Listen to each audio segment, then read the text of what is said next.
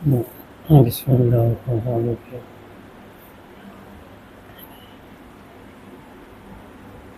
دیکھو بھائی، اس کتاب کا ہر صفحہ بہت ہی قیمتی ہے، اور دنیا کے سب سے بڑا قطب اور غوث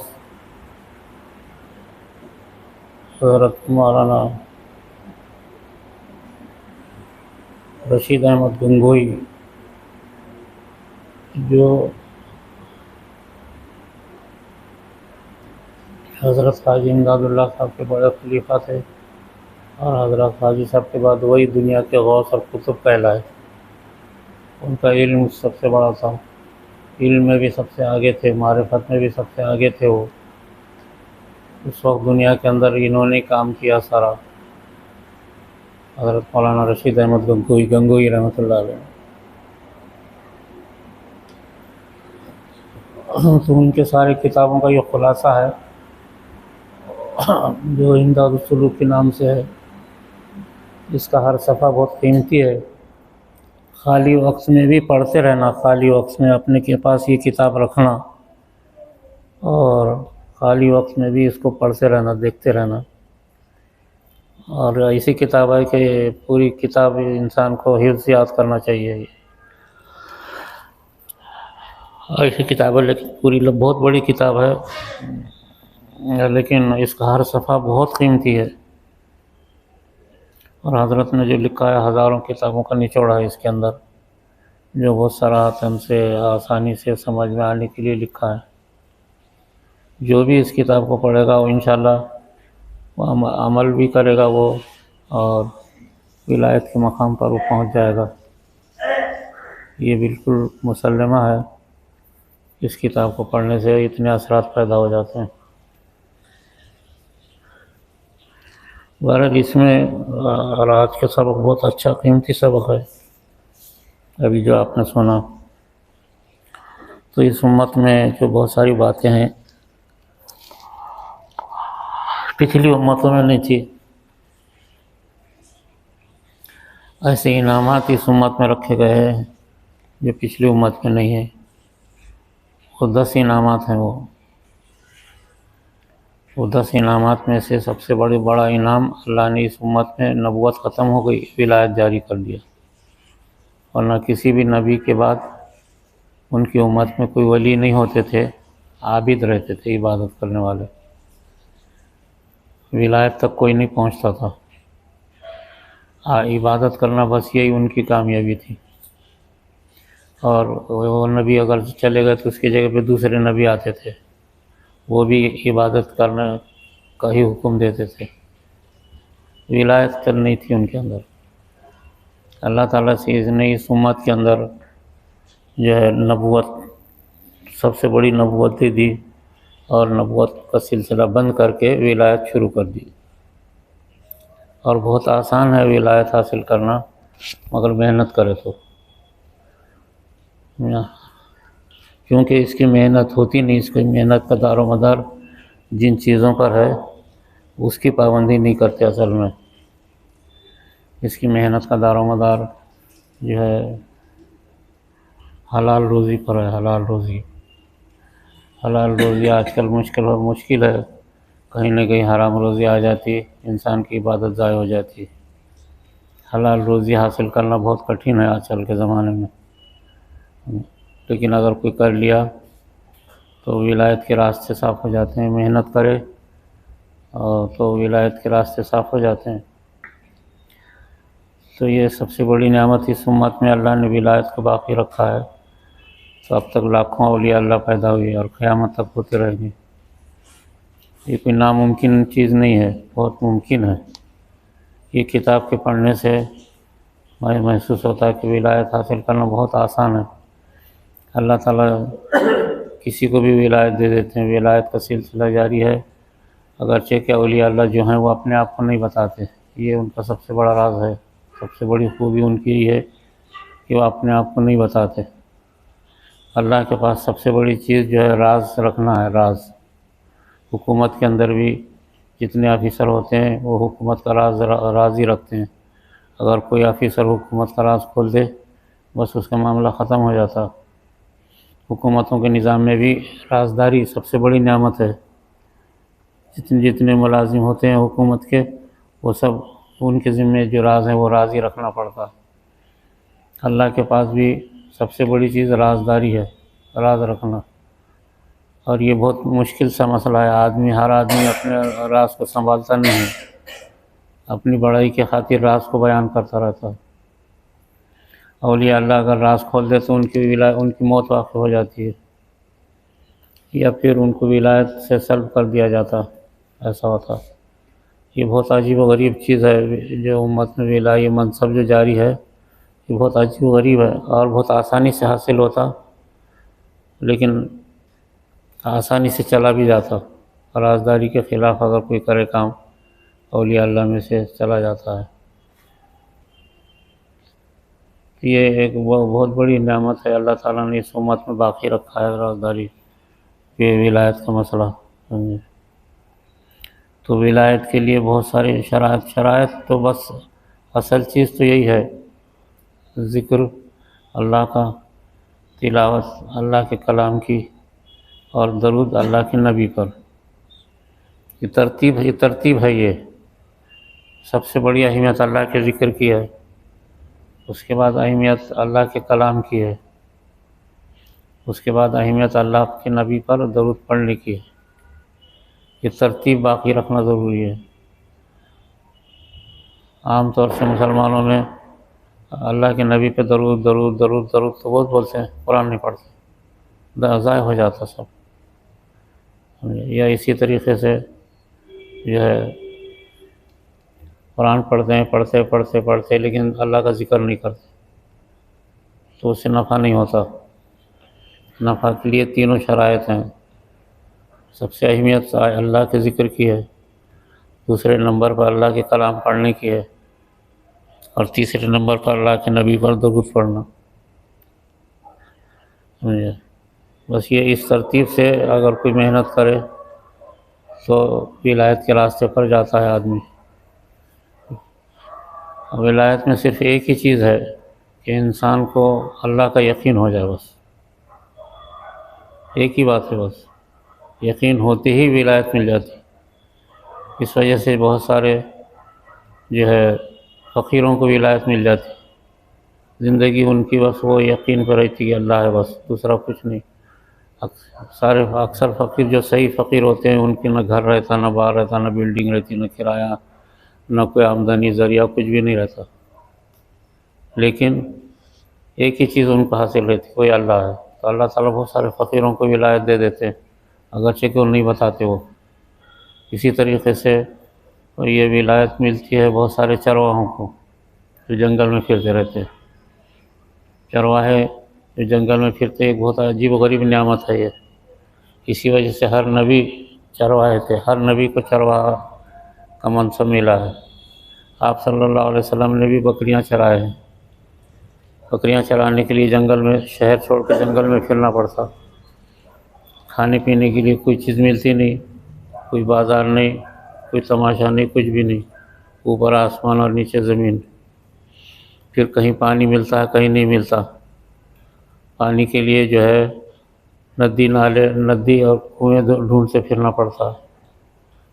تو یہ ولایت اکثر چرواہوں کو ملتی ہے، اس لیے کہ ان کو سوائے اللہ کے ذات کی کوئی چیز نظر نہیں آتی، اور ان کو کوئی آمدنی بھی نہیں رہتی۔ چرواہوں کو کوئی آمدنی ہے، جانور صبح میں لے کے جانور، بکریاں وغیرہ لے کے آنا جنگل میں، اور پھر جنگل سے گھر میں چلے جانا، تو ان کو یقین ہو جاتا اللہ کی ذات کا، بہت سارے چرواہوں کو۔ میں نے دیکھا ایک مرتبہ ہمارے بچپن میں ایک صاحب جو ہے بھینسا چراتے تھے، شہر کے بھینسا لے جانا جنگل میں، اور وہ غیر مسلم تھے، وہ تو چراتے چراتے مسلمان ہو گئے وہ۔ پھر وہ مسلمان ہو کر کے وہ جانور چرانا نہیں چھوڑا، وہ چراتے تھے، چراتے چراتے جو ہے مسلمان ہو گئے۔ مسلمان ہونے کے بعد خود ہی اللہ کا ذکر بھی شروع کر دیے جنگل میں۔ سارے جانور ایک طرف اللہ کا ذکر کرتے ہوئے دوسری طرف بڑھ جاتے تھے۔ لیکن رات میں جب واپس آتے تو سارے جانور برابر کھا پی کے پیٹ بھرے ہوئے رہتے تھے.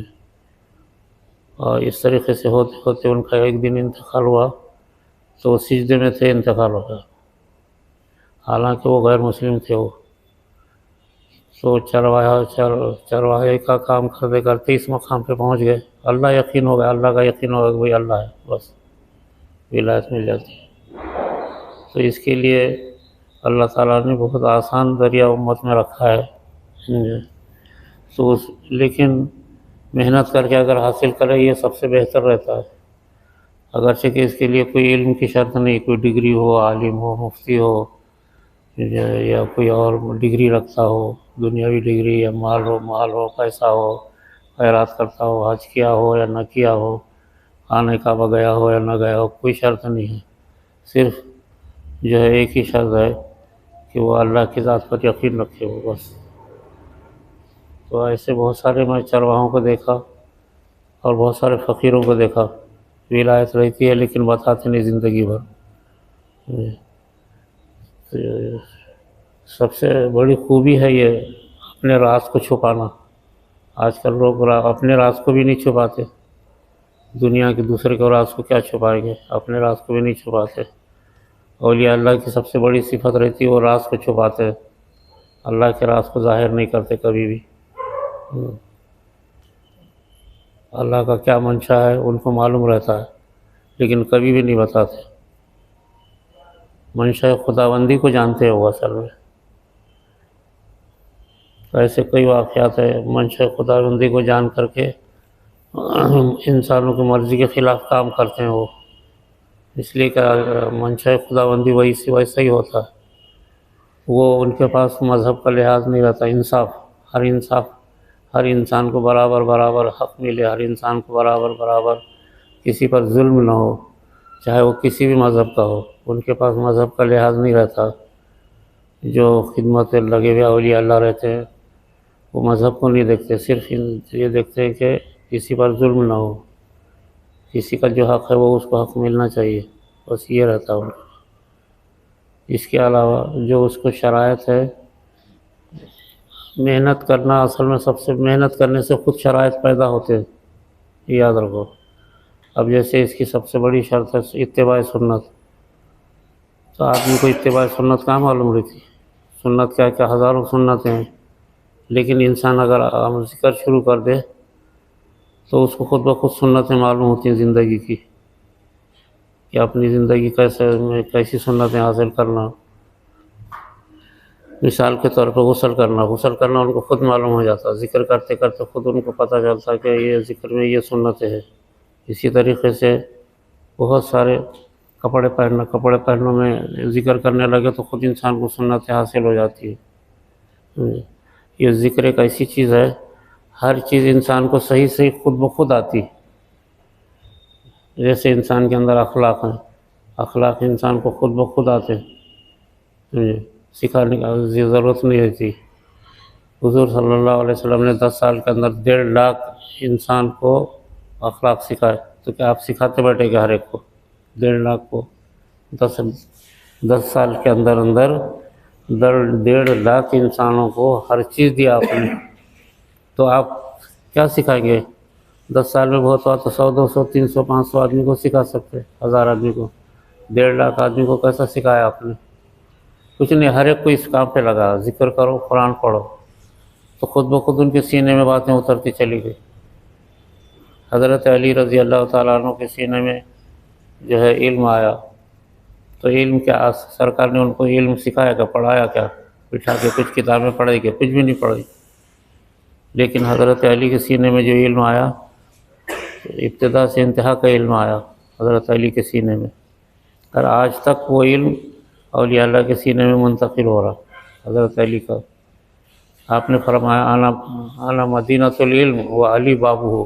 سرکار نے فرمایا میں علم کا ایک شہر ہوں اور اس کا دروازہ علی ہے. تو کیا آپ نے حضرت علی کو پڑھا ہے کیا یا لکھا ہے کیا؟ ہاتھ میں قلم دیے؟ نہیں دیے. نہ کوئی کتاب پڑھایا آپ نے. پھر کیسے آیا؟ میں علم کا شہر ہوں آپ نے فرمایا. تو آپ کو علم کیسے آیا؟ علم کا شہر ہے نا، ساری دنیا کا علم آپ کو آیا، کیسے آیا؟ سکھاتے کوئی کسی نے سکھایا کیا آپ کو؟ صرف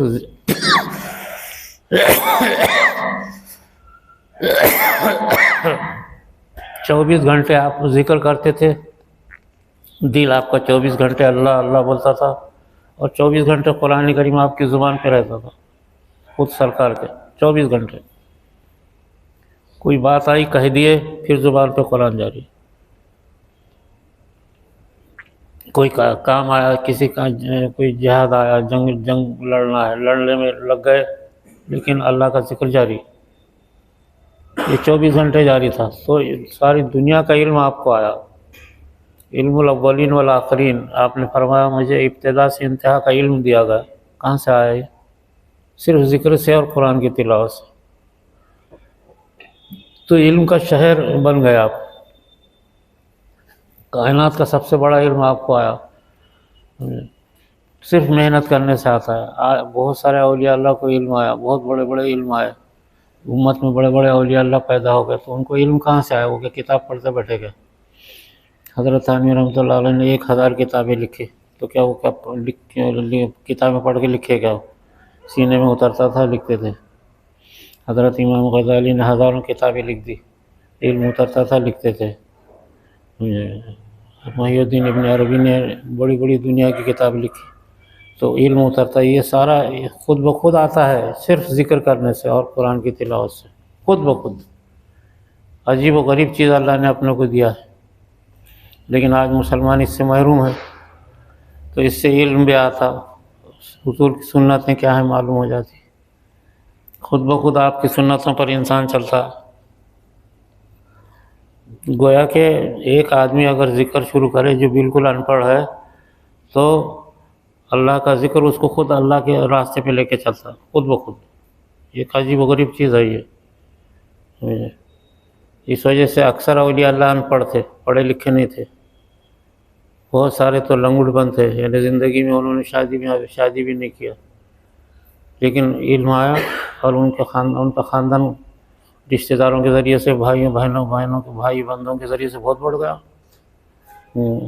اگر وہ کسی ولی نے شادی نہیں کیا، مگر اولاد دنیا دوسرے بھائیوں کے ذریعے سے، بھائیوں کے ذریعے سے، بھتیجوں کے ذریعے سے، چچاؤں کے ذریعے سے اولاد پھیلی ان کی، تو ایک عجیب و غریب چیز ہے یہ اللہ کا ذکر کرنا۔ کوئی چیز بند نہیں ہوتی اس میں، روزی بند نہیں ہوتی، اور نعمتیں بند نہیں ہوتی، کچھ نہیں ہوتا، یہ صرف جاری رکھنا، بس یہ ہے انسان کا کمال۔ اللہ اللہ اور اللہ کا کلام جاری رہنا، بس بہتا رہنا، تو خود بخود ساری نعمتیں انسان کو حاصل ہوتی۔ تو اتنی آسان چیز ہوتے ہوئے بھی آج ہم سے چھوٹی ہوئی ہے۔ تو اس میں جو چیزیں، بس ایک ہی شرط ہے کہ کچھ ایسے شرائط ہیں کہ جو انسان آج نہیں کرتا، نہیں تو آج ہزاروں اولیاء اللہ پیدا ہو جائیں گے۔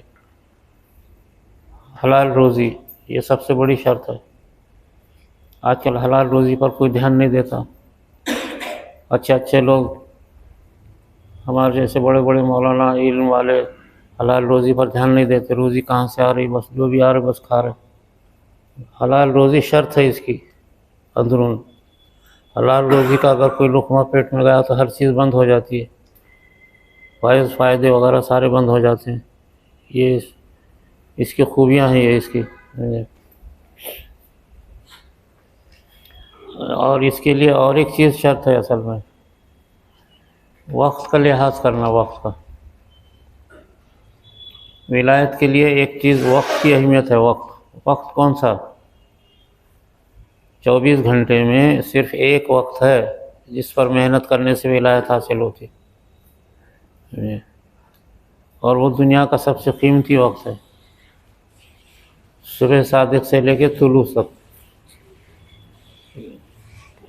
کروڑوں روپے اس کی قیمت نہیں ہوتی، یہ وقت کی۔ صبح صادق یعنی اذان سے کچھ دیر پہلے سے صبح صادق بولتے اس کو۔ صبح صادق سے لے کر کے فجر طلوع سورج تک یہ جو وقت ہے، اصل میں یہ وقت جنت کا ہے، دنیا میں اتارا گیا ہے یہ وقت۔ 24 گھنٹے میں یہ وقت جو ہے لگا دیا گیا اللہ نے۔ جنت میں ہمیشہ یہی وقت رہے گا، صبح صادق سے لے کے طلوع سے پہلے تک کا جو وقت ہے جنت کا ہمیشہ کا وقت ہے وہ۔ یہ وقت اللہ نے جنت سے اتار کر کے دنیا میں رکھا ہے۔ زیادہ سے زیادہ 1.25 گھنٹے کا وقت ہے یہ، 1.25 گھنٹے کا شاید، یا 1.5 گھنٹہ، اس سے زیادہ نہیں ہے۔ 60 منٹ یعنی 1 گھنٹے کا وقت ہے، یا 90 منٹ، 1.5 گھنٹے کا وقت ہے۔ یہ سب سے دنیا کا قیمتی وقت ہے، ہر چیز حاصل کرو اس میں۔ بادشاہوں نے یہی وقت میں بادشاہت حاصل کی ہے، اولیاء اللہ نے اسی وقت میں ولایت حاصل کی، علم والوں نے یہی وقت میں علم مانگا، اللہ سے علم مل گیا۔ محدثین نے حدیث مانگی تو محدثین کو اللہ کو حدیث سے یاد ہو گئی یہی وقت کے اندر۔ حضرت آدم علیہ السلام جب جنت سے رخصت ہوئے تو اجڑی ہوئی دنیا ملی، تو فرشتوں نے ان سے کہا کہ یہ اجڑی ہوئی دنیا آپ کو دی جا رہی ہے،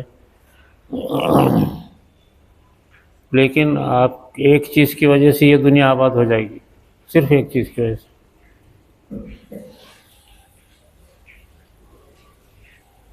تو اس کو علامہ اقبال نے کہا ہے، گرا بہا ہے تیرا گریہ سحر گاہی، اسی سے ہے تیرے نقل کوہن کی شادابی۔ فرشتوں نے کہا یہ اجڑی ہوئی دنیا تم کو ملی ہوئی ہے، لیکن ایک چیز سے آباد ہو جائے گی، اور وہ ایک چیز کیا ہے کہ صبح گاہی میں جو ہے اپنے آنکھیں بہاؤ۔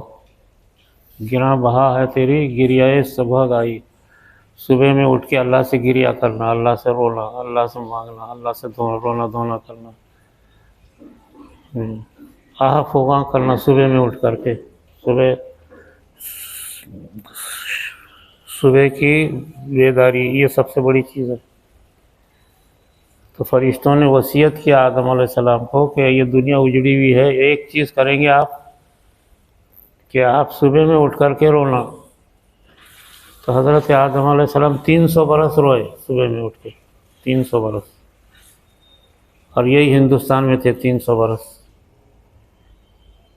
300 برس اٹھ کر کے روزانہ صبح میں روتے تھے، گراں بہا ہے تیری گریہ صبح گاہی، اسی سے ہے تیرے نقل کوہن کی شادابی۔ صبح میں اگر آپ روئیں گے تو اسی سے تمہاری دنیا آباد ہو جائے گی۔ 300 برس روئے وہ، اور روزانہ جو ہے اس قدر روتے تھے کہ ان کے آنکھ سے جو ہے نالے بہتے تھے، ادھر سے 150 ہاتھ اونچے تھے وہ، ایک ہاتھ، کسی نے کہا 100 ہاتھ تھے، 150 ہاتھ اونچے تھے وہ۔ ان کا جسم کتنا بڑا ہوگا، کیونکہ جنت سے آئے تھے وہ۔ تو روتے تھے تو دونوں طرف سے جو ہے ایک نہر بہتی تھی، دونوں طرف سے اتنا روتے تھے۔ 300 برس روئے وہ، تو اللہ تعالیٰ نے ان سے دنیا آباد کر دی، قیامت تک ان کی نسل چلے گی۔ ایسی نسل جنات کو بھی نہیں ملتی جتنی انسانوں میں نسل پھیلی تنہا آدمی سے، ایک آدمی کے ذریعے سے۔ 300 برس روتے تھے وہ روزانہ۔ تو یہ اصل میں سب سے قیمتی شے، اس راستے میں سب سے قیمتی شے صبح کا وقت ہے۔ صبح کے وقت میں جو جتنا جاگے گا، جتنا روئے گا دھوئے گا، جتنا قرآن پڑھے گا، جتنا اللہ کا ذکر کرے گا، اتنا اس کو نعمتیں ملیں گی۔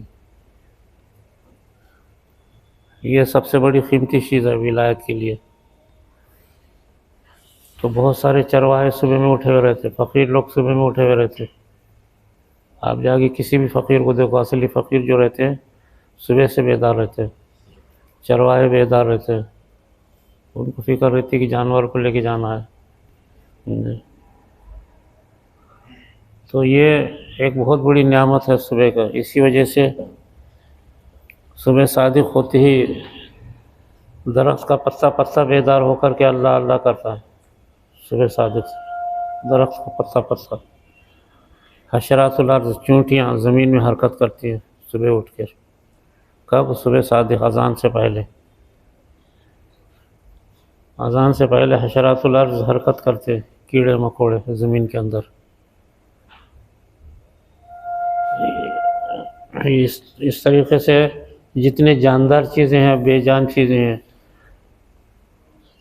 زمین سے ہر چیز جو موڑ نکلتی ہے رات بھر تیار ہو کر کے صبح میں موڑ نکلتی، صبح صادق وقت نکلتی موڑ. اب کھیت میں مثال کے طور پہ گھیوں پیر دیے تو گھیوں دیتے رہو پانی، کب نکلتی ہے؟ وہ صبح کے وقت موڑ نکل زمین سے باہر آتا ہے اس کو. ہر پودا جو زمین سے باہر آتا ہے وہ صبح صادق کے وقت آتا ہے. اور وہ اللہ کہتے ہوئے باہر آتا ہے. ہر پودا موڑ جو قل اعوذ برب الفلق.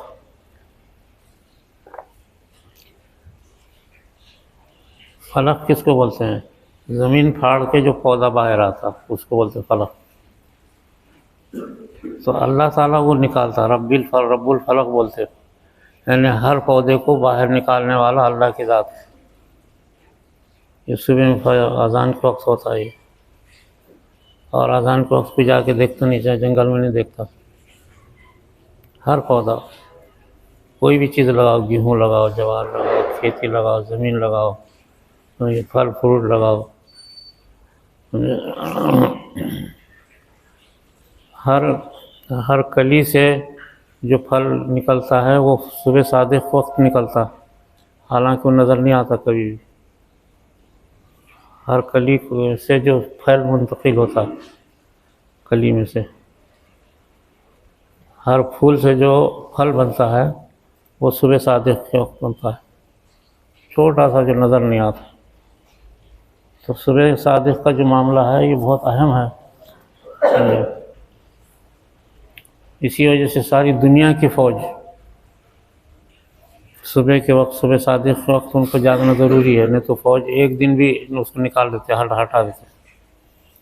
صبح صادق کے وقت ساری دنیا کی فوج، کسی بھی ملک کی فوج صبح صادق کے وقت، صادق سے پہلے شب آخری ختم جو ہوتی رہی تھی اس وقت ان کو اٹھایا جاتا ہر فوج. یہاں قریب میں متکیڑ ہے، پولیس کا سینٹر ہے، وہ ٹریننگ سینٹر ہے. ایس آر پی جو رہتی ہے، یعنی جو فوج نہیں رہتی، پولیس نہیں رہتی، 20 کا ایک درجہ ہے ایس آر پی. ان کی ٹریننگ کا ہندوستان کا سب سے بڑا سینٹر ہے یہ متکیڑ. اس میں آگے چل کر کے ایئرپورٹ بننے والا ہے اس کے اندر، وہ سب سے بڑا شہر. آپ کبھی وہاں جا کر کے اطراف میں صبح 4 بجے جا کے دیکھ لو، اندر ایسا معلوم ہوتا جیسے جو شادی ہے، پروگرام ہو رہا ہے. اتنے ہوشیار رہتے وہ صبح ہی صبح. حکم ہے ان کو، صبح کے وقت میں پورا شہر آباد رہتا. وہ لوگ بھاگتے رہتے، دوڑتے رہتے، کھیلتے، کوئی ضروریات کو جاتا، کوئی لائٹیں لگی ہوئی رہتی. صبح آخری رات کے حصے سے شروع ہو جاتا ان کا کام، اور ساری دنیا سوئی ہوئی رہتی. دنیا کی فوج، ساری دنیا کی بڑی بڑی فوج جو ہے صبح کے وقت جاگتی ہے. نہیں تو ایک دن بھی اگر سویا اس سے بھگا دیتے، جا بس کام کرنے. دنیا میں جتنے بادشاہوں کو بادشاہت ملی ہے وہ صبح کے وقت ملی ہے. رات بھر روئے وہ تو صبح کے وقت بادشاہت دے دی گئی. بڑے بڑے بادشاہ دنیا میں، آج بھی جو دنیا کے لیڈر ہیں نا، کوئی لیڈر صبح میں سویا نہیں ملے گا آپ کو. یہ جو چیف منسٹر، پرائم منسٹر جو رہتے ہیں نا، یہ آدھی رات سے جاگتے ہیں، آدھی رات سے اٹھ کر کے نہانا دھونا. میں نے کئی بڑے بڑے ہندوستان کے لیڈروں کو دیکھا، غیر مسلم، 4 بجے تو نہا دھو کر کے کرسی پہ بیٹھ جاتے آ کے 4 بجے. کئی لیڈروں کو دیکھا میں نے. تو یہ صبح میں اٹھ کر کے جو ہے جاگنا اور اللہ کا ذکر کرنا اور اللہ کا کلام پڑھنا یہ تو ساری دنیا کی بادشاہت مل جاتی ہے اس میں، سمجھے؟ تو اس کے لیے شرط ہے ہمارے پاس، اور ولایت کے لیے بھی شرط ہے صبح کے وقت کی۔ صبح کا وقت دنیا کا سب سے قیمتی وقت ہے، اگر 1 کروڑ روپے دیے تو یہ وقت حاصل نہیں کر سکتے صبح کے وقت۔ لیکن افسوس ہے کہ آج مسلمان نے یہ چھوڑ دیا ہے۔ حدیث میں آتا فجر کے وقت میں مدینہ منورہ میں آخر زمانے میں فجر کے وقت نے آدھی رات کے بعد سے آدھی رات کے بعد مدینہ میں ماحول ایسا رہتا تھا جیسے کہ آج ہمارے پاس دوپہر میں رہتا، ایسا ماحول مدینہ میں رہتا تھا۔ عورتیں، بچے، مرد، صحابہ، چونکہ 1.5 لاکھ صحابہ، بہت بڑا شہر بن گیا تھا مدینہ۔ یہ چھوٹی سی دیہات تھی، یثرب نام تھا اس کا، دیہات تھا۔ آپ منتقل ہو کر کے اس کا نام مدینہ رکھ دیے، مدینہ منورہ، ورنہ اس کا نام یثرب تھا۔ اور حضور صلی اللہ علیہ وسلم کی ننیال تھی وہ، آپ کی اہلیہ یہیں کی، حضرت آمنہ یثرب کی رہنے والی، اور آپ کے والد کا انتقال بھی یثرب میں ہوا، حضرت سرکار کے والد عبداللہ، حضرت عبداللہ کا۔ اور حضرت عبداللہ کی والدہ